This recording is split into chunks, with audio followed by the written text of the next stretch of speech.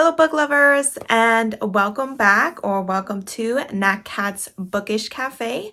Today I will be discussing the 10 worst books I have ever read, according to GoodReads.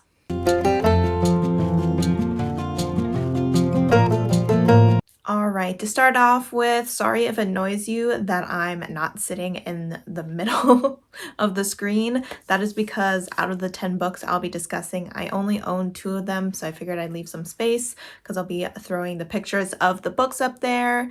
But as far as this post goes, I saw it on Riley Marie and Mel Reads, I believe are the 2 that I've seen it from already. So I will go ahead and link their videos of this down below. What I'm going to do is I'm going to go ahead and go to my GoodReads and see what the 10 lowest books on my read list are. Now I was kind of late to the game when it came to GoodReads. I think I got it in late 2019. So I obviously don't have actually every book that I've ever read on there, and there's a few books on there that I don't have my rating for because it's from when I first signed up and clicked on the books that I've read. So some of them are from back like what I read in high school. So there are some of these books that I might not have too much to say on just because I don't remember them that well. But I did think these videos were really fun, so I wanted to go ahead and try it myself. And I will of course do my top 10 books according to GoodReads later as well. So coming in at number 10, we have The Monster of Elden by Jennifer Gesbrecht. I'm sorry if I completely butchered that name. So this book came in at a 3.57. and I myself rated it a 2.5 stars. So I do agree that this book should be kind of like at the bottom of the GoodReads rating barrel. I read this book I think last year. It's very short and I don't do overly well with short stories. I also thought the story was a bit convoluted and I never really felt like I could grasp onto the characters or the plot. I thought that there were some interesting points in the story that were not expanded on enough. Pretty much we follow a man. I don't know if you could really call him that. He seems to be more monster based off the name than human. And he lives in a town that is, in a way, a dying town. This town seems to be suffering, I think, from some sort of plague. I think it's like an environmental plague of sorts because the town is really dirty and the water is really like poisonous. From what I remember, I'm a little shaky. I was a little shaky on what was going on while I was reading it. So now that it's been, like a year or so, I really don't have much of an idea. But he comes across a young man who I think has like magical abilities, and he starts to form a partnership with it. I think this is supposed to be somewhat of a queer relationship as well. I would not call this a romance. This is not a romance at all.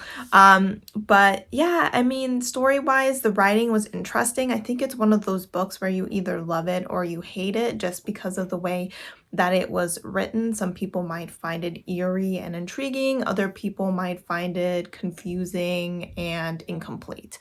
And I fell under the second category. So sorry, that's not the best description of the book.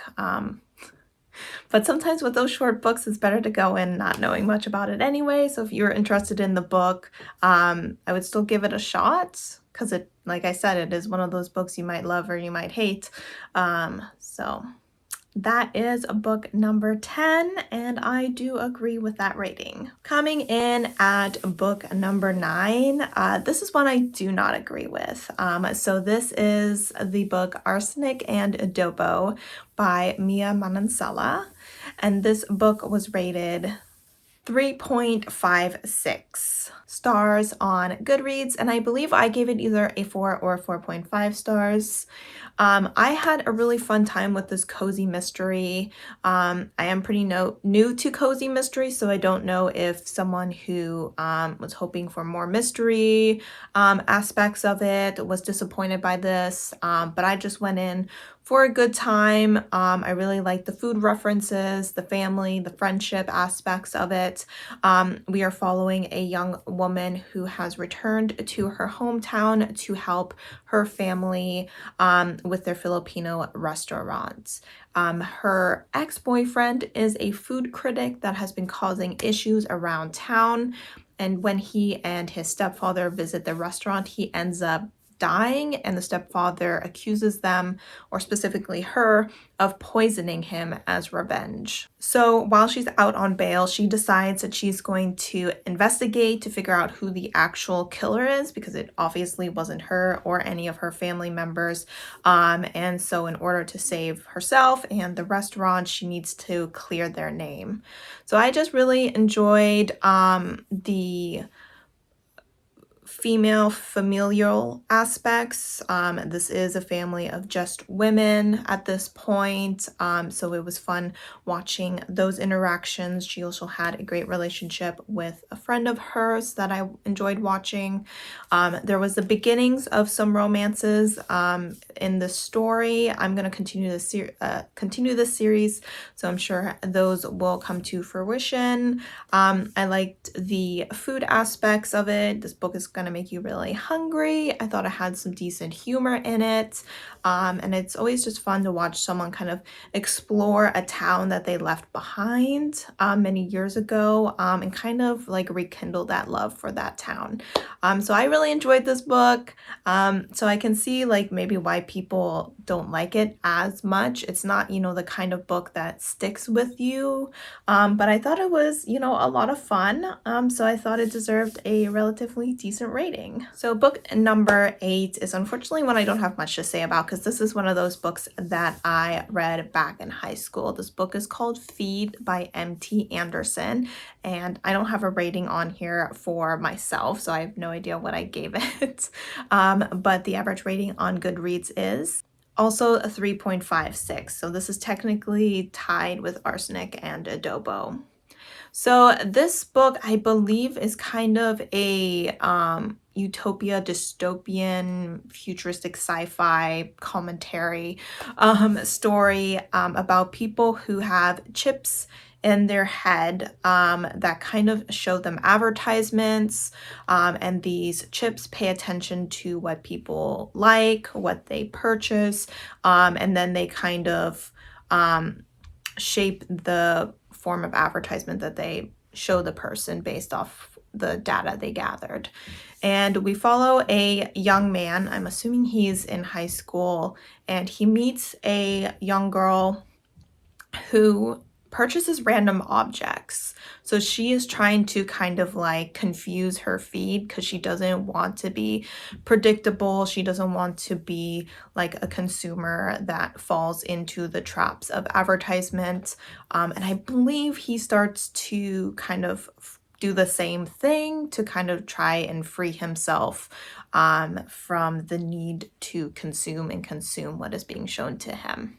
So I remember it being, an interesting book. It's always interesting to see how dangerous the over-reliance on technology can be, seeing commentary on consumerism, and also just seeing people fight against what is considered the norm, and starting to realize that just because that's what everyone else is doing doesn't mean that that's what's best for you or even society as a whole.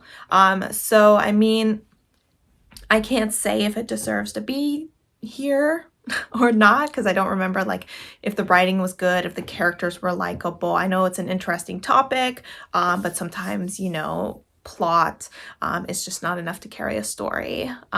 So that's all I can say on that one. I'm gonna try really hard not to look annoyed right now, because I just filmed this entire clip and I did not press start on my phone.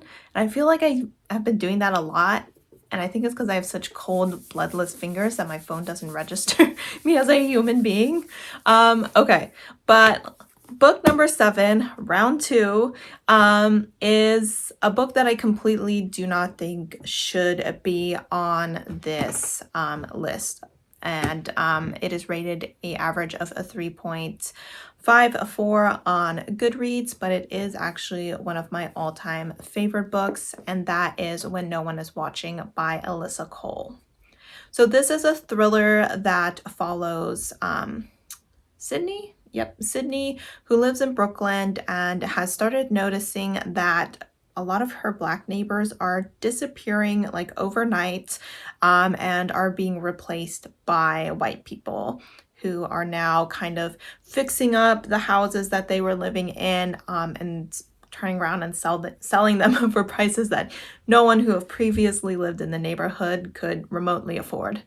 So this book addresses gentrification, racism, both in like micro and, blatant forms.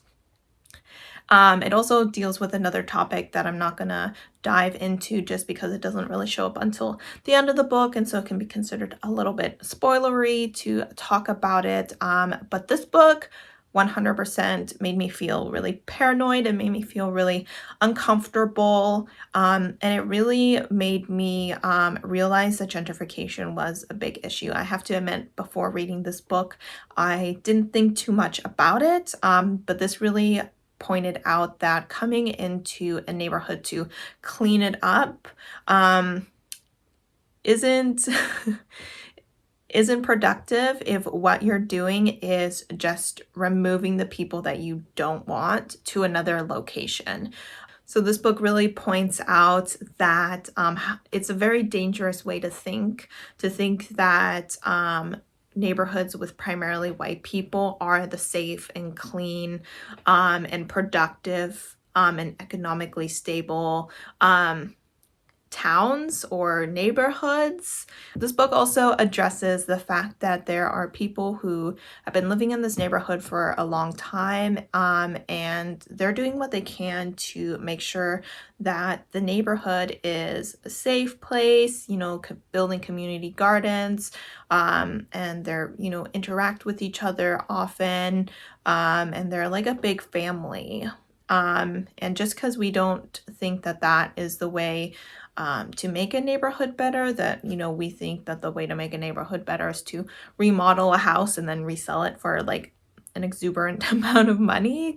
So this book also addresses the issue that oftentimes people with money, specifically white people, think that they know the best way to make a neighborhood a better and safer place, but that it's important that we look at the history of the place, and look at who's living there now and seeing what they need, because this is their neighborhood, and if we do improve it, we have to improve it for them, not so that we can get new people to come and push out the old. So I think that a lot of people did not see this book as a thriller. So that is the issue. I'm assuming it was primarily, white people who went into a thriller and decided that, gentrification wasn't, a scary topic, but when you're being affected by it, it definitely is.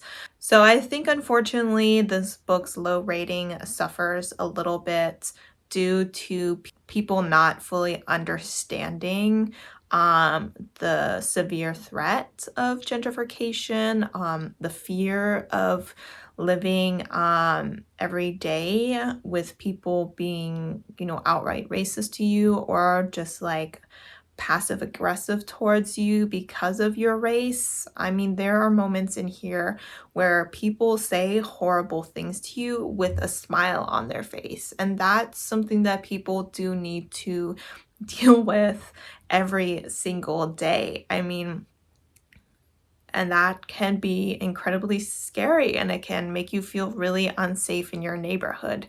And I think the author did a good job of making those feelings come through. But I guess some people just didn't catch on to that. So 100% disagree that this book should have such a low rating. It was a 5-star read for me. All right, so book number 6 is another one I disagree with, and it's another cozy mystery, and that is Dial A for Aunties by Jesse Santanto. This got an average rating of 3.51 on GoodReads. I believe I gave it a 4.5. I think it was a 4.5 stars. I had a really great time with this. So I listened to the audiobook of this and just had a really fun time with our main character, whose name I can't remember, and her mother and her 3 aunties. So what happens is our character's mother sets her up on a blind date, but while on that date, this man decides to try to sexually assault her. So she tases him, causing their car to crash, and he ends up dying. So she brings the body home because she's freaking out, and her mom and aunties start to figure out a plan on how to cover up the fact that this man has died. They are part of a family business that does wedding catering, and they have a wedding the next day. So they stuff the man in a cooler and decide that they'll deal with it tomorrow. But unfortunately, that cooler mistakenly gets taken to the hotel where the wedding is at, which just causes a ton of mayhem. We have the aunties trying to make everything better. We have our character trying to distract people from the fact that they're, pulling around this cooler with a dead body in it. And we also have some drama with the wedding, with some items from the gift giving ceremony. I can't remember if that had a name to it, being stolen. So there's just a lot going on. I thought it was a lot of drama. I thought it was a lot of humor. It was just a lot of, fun. I once again had fun spending time with a all-female cast, kind of similar to Arsenic and Adobo, seeing the mother-daughter relationships, also the relationship dynamics between the 4 aunties, seeing their culture kind of affecting the way that they go about doing things. Overall, I just had a really fun time. It's a fun, easy read that you just sit back and enjoy. And personally, I had such a great time that I thought it deserved a higher rating than most people apparently think it does. All right, so moving forward, I honestly am gonna have to agree that most of these books deserve lower ratings. Book number 5 is A Royal Holiday by Jasmine Guillory, I think it is, and the average rating was a 3.5. So this was a book that I read, I think last December. It was, a holiday book, so I don't often read, just holiday specific stories. But I thought I would give it a shot. But unfortunately, I was really disappointed by it. I thought it was really boring, really bland, and I hate to say that it was because the characters were older and that there wasn't any steam, or the fact that one of them was British. But it seems so proper. I was like, this is like a really proper, clean romance. And, even the holiday wasn't that big a part of it. And there wasn't any sort of side plots or anything that interested me. I wasn't super invested in the relationship. It all developed relatively quickly, and I never developed any love for either of the characters, so of course I didn't really care for them together. So it was just a book that felt really flat for me. It wasn't really memorable. I don't remember much else what happened in it, and it definitely didn't give me any sort of like Christmassy or even New Year's vibes at all. So unfortunately, very disappointing. I think I was nice and gave it a 3-star. So I guess I agree with the average rating that GoodReads gives it. Number 4, we have The Autopsy of a Boring Wife by Marie Renee Lavoie, I believe is her name, and this got an average rating of 3.47. As is said in the title, this lady is kind of boring. From what I remember of this book, I think we have a wife who her husband has cheated on her and has filed for divorce, and she kind of spirals in a way, but not like in an interesting way, just in a really normal housewife kind of way. I don't really remember much what happens in this book, but I remember just like wanting it to be over. This was like a couple years ago that I read it before I started like DNFing, where I was like, no, if I start a book, I have to finish it. No, I mean, if I read this book nowadays, 100% DNF. I think I gave it like 3 stars, but honestly, from what I remember it's probably like a 2-star read. Nothing super interesting happens in it. I don't remember if it had any interesting commentary. I'm assuming not. So it's just kind of like one of those books that like fills your time, but at the same time, when you finish reading it, you 100% know you wasted your time reading it. So definitely agree that this boring housewife story deserves to be so low on this list. All right, up next we have another book that I had to read in school, and that is The Scarlet Letter by Nathaniel Hawthorne. This got a 3.43 average rating on GoodReads.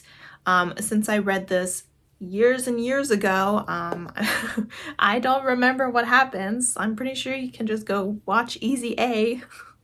That might be a better use of your time. So this book, I think, follows a woman who has the letter A like sewn into all of her clothing. I don't think she's branded, right? Is she branded? I can't even remember, but pretty much she has like a baby out of wedlock, and so everybody hates her because she's a slut or whatever, and no one knows who the father is. And I think we just kind of follow her as she tries to live life as like a, you know, the village whore or whatever she's supposed to be. And trying to raise her daughter in such a way that maybe her daughter can probably have a better life and isn't too negatively affected by her mother's behavior. In the end, I feel like the father like just dies. Like we find out who he is and he's like, I'm so guilty, I'm gonna die. I don't even remember what happens, but it was like one of those boring, you know, women hating classics where you're just like, why am I reading this? Okay, I don't want to read about everyone hating some woman just because she had sex outside of marriage. This is like ridiculous, and I'm sure that the school had a reason for reading it. Like maybe we're talking, you know what? No, we weren't. We were not talking. There is no way that we were talking about how it's okay, you know, to have sex outside of a marriage. I mean, I'm not like, we weren't like in an abstinence-based school or anything like that, but still, I don't think they were out there being like super sex positive or anything. But overall, forgettable. Not it. And the second to last book is In the Kingdom of Men by Kim Barnes with a 3.41 rating. This is one of those books, same as like the Autopsy of a boring housewife or whatever it was called, where I picked it up because I was like, I'm in my 20s now. I have to read this historical, this women's literature, and it's just not my thing. I find the stories really boring, and I'm sure that there's books in those genres that are interesting. I just happen to pick up the boring ones.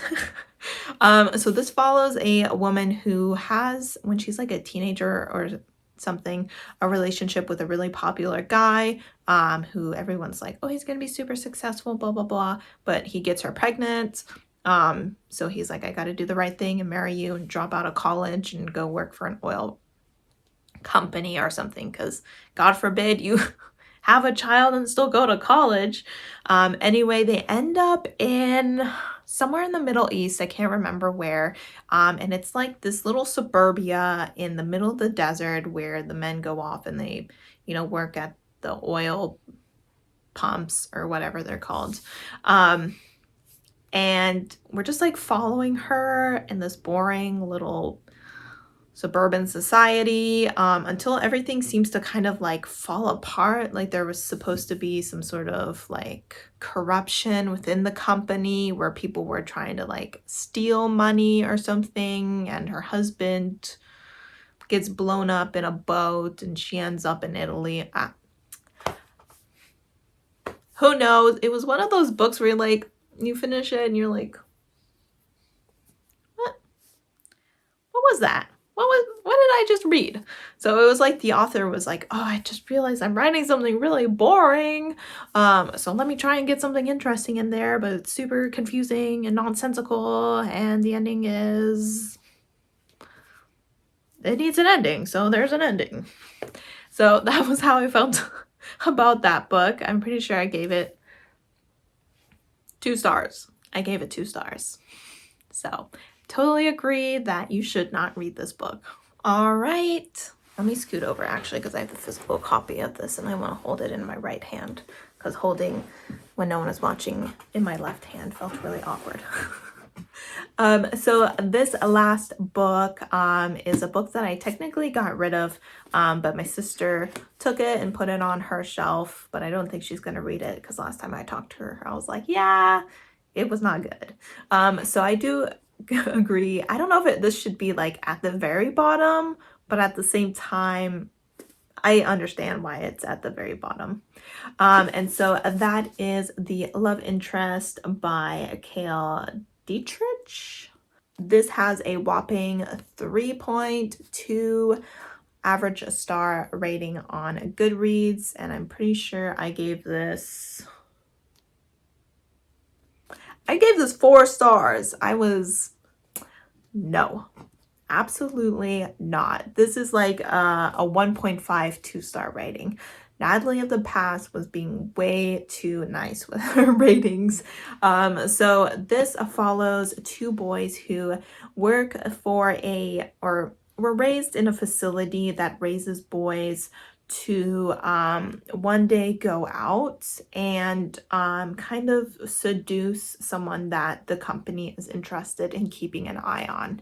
So pretty much like if there's someone who they're like, oh, they're going to be a big politician or they're going to invent something or they're going to be, you know, really big in business, something, anything, they will send out 2 people from their facility and the 2 people will play either the good boy or the bad boy.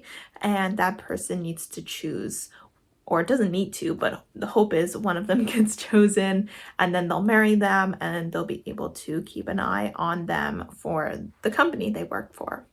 So we follow from the point of view of the good boy, and he and the bad boy go out to this high school to try and have a girl who's going to make some sort of great invention someday. She's really intelligent, make her fall in love with one of them, and the one who loses, I think, ends up getting killed.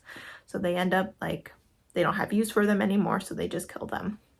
So it's an interesting concept, at least I feel it is, but I just think in the way that it was executed was like, if someone was like, oh, I'm gonna make this really delicious chicken dish, and then they just left out all the seasoning. So it was really bland, and I got so much secondhand embarrassment from so many parts of this book that it was like one of the most uncomfortable reads of my life. I was like, please stop. Please stop what you're doing. Everyone is embarrassed for you, including me. And I just want to jump off a bridge so that I don't have to experience this anymore. It was terrible. And there's supposed to be a romance between the 2 boys, but I feel like the romance was really forced. Like it didn't really make sense. Like I'm sure you guys have shared trauma from, you know, living in this facility, but you know, it was still kind of weird that they were in a relationship. I mean, I have to be honest, they were never really in a relationship because like eventually the bad boy was like, I'm not gay, I was just pretending to be to distract you. And I was like, okay. And so then we had to go through all those parts of them being like not together, and this bad boy pretending like he's not gay, and the girl being like, "Are you gay?" So and also the ending was somewhat unrealistic because they go back to the facility, and they kind of like tear it down in a way from the inside out, which personally, a facility that is able to infiltrate the lives of so many people on a global level being taken down by two teenage boys? I don't think so. So 100% agree that this book should be at the very bottom. It was just not well executed.